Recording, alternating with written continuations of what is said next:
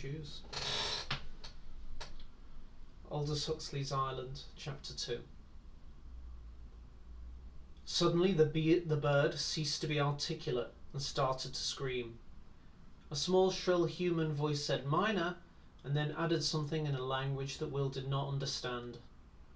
There was a sound of footsteps on dry leaves, then a little cry of alarm, then silence. Will opened his eyes and saw two exquisite children looking down at him, their eyes wide with astonishment and a fascinated horror. The smaller of them was a tiny boy of 5, perhaps, or 6, dressed only in a green loincloth. Beside him, carrying a basket of fruit on her head, stood a little girl some 4 or 5 years older. She wore a full crimson skirt that reached almost to her ankles, but above the waist she was naked. In the sunlight her skin glowed like pale copper flushed with rose. Will looked from one child to the other. How beautiful they were, and how faultless, how extraordinarily elegant. Like two little thoroughbreds. A round and sturdy thoroughbred with a face like a cherub's, that was the boy. And the girl was another kind of thoroughbred, fine drawn, with a rather long, grave little face framed between braids of dark hair. There was another burst of screaming. On its perch in the dead tree, the bird was turning nervously this way and that. Then, with a final screech, it dived into the air. Without taking her eyes from Will's face, the girl held out her hand invitingly. The bird fluttered, settled, flapped wildly, found its balance, then folded its wings and immediately started to hiccup. Will looked on without surprise. Anything was possible now, anything. Even talking birds that were perched on a child's finger. Will tried to smile at them, but his lips were still trembling, and what was meant to be a sign of friendliness must have seemed like a frightening grimace. The little boy took cover behind his sister. The bird stopped hiccuping and began to repeat a word that Will did not understand. Runa, was that it? No, Karuna. Definitely Karuna. He raised a trembling hand and pointed at the fruit in the round basket. Mangoes, bananas. His dry mouth was watering. Hungry, he said. Then, feeling that in these exotic circumstances the child might understand him better if he put on an imitation of a musical comedy Chinaman, "Me very hungry," he elaborated. "Do you want to eat?" the child asked in perfect English. "Yes, eat," he repeated. "Eat." "Fly away, Mina." She shook her hand. The bird uttered a protesting squawk and returned to its perch on the dead tree. Lifting her thin little arms in a gesture that was like a dancer's, the child raised the basket from her head, then lowered it to the ground. She selected a banana, peeled it and, torn between fear and compassion, advanced towards the stranger. In his incomprehensible language, the little boy uttered a cry of warning and clutched at her skirt. With a reassuring word, the girl halted, well out of danger, and held up the fruit.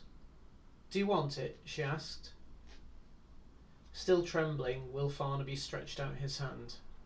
Very cautiously, she edged forward, then halted again and, crouching down, peered at him intently. "Quick," he said, in an agony of impatience.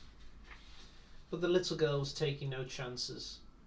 Eyeing his hand for the least sign of a suspicious movement, she leaned forward. She cautiously extended her arm.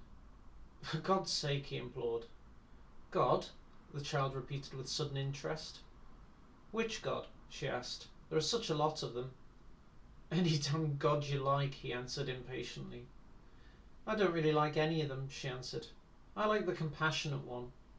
"Then be compassionate to me," he begged. "Give me that banana." Her expression changed. "I'm sorry," she said apologetically. Rising to her full height, she took a quick step forward and dropped the fruit into his shaking hand. "There," she said, and, like a little animal avoiding a trap, she jumped back, out of reach. The small boy clapped his hands and laughed aloud. She turned and said something to him in their incomprehensible language. He nodded his head round and, saying, "Okay, boss," trotted away, through a barrage of blue and sulphur butterflies into the forest shadows on the further side of the glade. I told Tom Krishna to go and fetch someone, she explained. Will finished his banana and asked for another, and then for a third. As the urgency of his hunger diminished, he felt a need to satisfy his curiosity. How is it that you speak such good English? He asked. Because everybody speaks English, the child answered. Everybody? I mean, when they're not speaking Palanese. Finding the subject uninteresting, she turned, waved a small brown hand, and whistled. Here and now, boys, the bird repeated yet once more, then fluttered down from its perch on the dead tree and settled on her shoulder. The child peeled another banana, then gave 2/3 of it to Will, and offered what remained to the miner. Is that your bird? Will asked. She shook her head. Miners are like the electric light, she said. They don't belong to anybody. Why does he say those things? Because somebody taught him, she answered patiently. What an ass, her tone seemed to imply. But why did they teach him those things? Why attention? Why here and now? Well, she searched for the right words in which to explain the self-evident to this strange imbecile. That's what you always forget, isn't it? I mean, you forget to pay attention to what's happening, and that's the same as not being here and now. And the miners fly about reminding you, is that it? She nodded. That, of course, was it. There was a silence. What's your name? She inquired. Will introduced himself. My name's Mary Sarojini MacPhail. MacPhail? It was too implausible. MacPhail, she assured him. And your little brother is called Tom Krishna? She nodded. Well, I'm damned. Did you come to Parlour by the aeroplane? I came out of the sea. Out of the sea? Do you have a boat? I did have one. With his mind's eye, Will saw the waves breaking over the stranded hulk, heard with his inner ear the crash of their impact. Under her questioning, he told her what had happened. The storm, the beaching of the boat, the long nightmare of the climb, the snakes, the horror of falling. He began to tremble again, more violently than ever. Mary Sarojini listened attentively and without comment. Then, as his voice faltered and finally broke, she stepped forward and, the bird still perched on her shoulder, kneeled down beside him.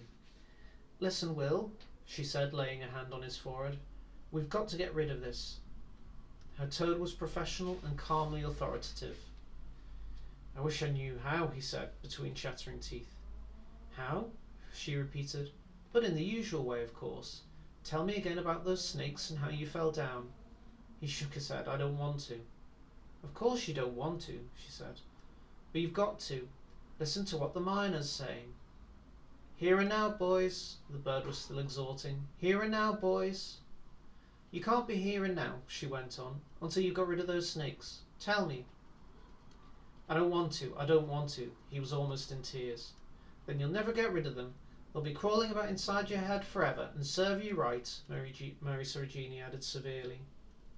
He tried to control the trembling, but his body had ceased to belong to him. Someone else was in charge, someone malevolently determined to humiliate him, to make him suffer. Remember what happened when you were a little boy, Mary Sarojini was saying. What did your mother do when you hurt yourself? She had taken him in her arms, had said, my poor baby, my poor little baby. She did that? The child spoke in a tone of shocked amazement. But that's awful. That's the way to rub it in. My poor baby, she repeated derisively. It must have gone on hurting for hours, and you'd never forget it. Will Farnaby made no comment, but lay there in silence, shaken by irrepressible shudderings. Well, if you won't do it yourself, I'll have to do it for you. Listen, Will, there was a snake, a big green snake, and you almost stepped on him. You almost stepped on him, and it gave you such a fright that you lost your balance. You fell. Now say it yourself. Say it. I almost stepped on him, he whispered obediently, and then he couldn't say it. Then I fell, he brought out at last, almost inaudibly. All the horror of it came back to him, the nausea of fear, the panic start that had made him lose his balance, and then worse fear, and the ghastly certainty that it was the end. Say it again. I almost stepped on him, and then he heard himself whimpering. That's right, Will. Cry, cry. The whimpering became a moaning. Shamed, he clenched his teeth, and the moaning stopped. No, don't do that, she cried. Let it come out if it wants to. Remember that snake, Will. Remember how you fell. The moaning broke out again, and he began to shudder more violently than ever. Now tell me what happened. I could see its eyes. I could see its tongue going in and out. Yes, you could see its tongue. And what happened then? I lost my balance. I fell. Say it again, Will. He was sobbing now. Say it again, she insisted. I fell. Again. It was tearing him to pieces, but he said it. I fell. Again, Will. She was implacable. Again. I fell, I fell, I fell. Gradually the sobbing died down. The words came more easily, and the memories they aroused were less painful. I fell, he repeated for the 100th time. But you didn't fall very far, Mary Sorrigini now said. No, I didn't fall very far, he agreed. So what's all the fuss about? The child inquired.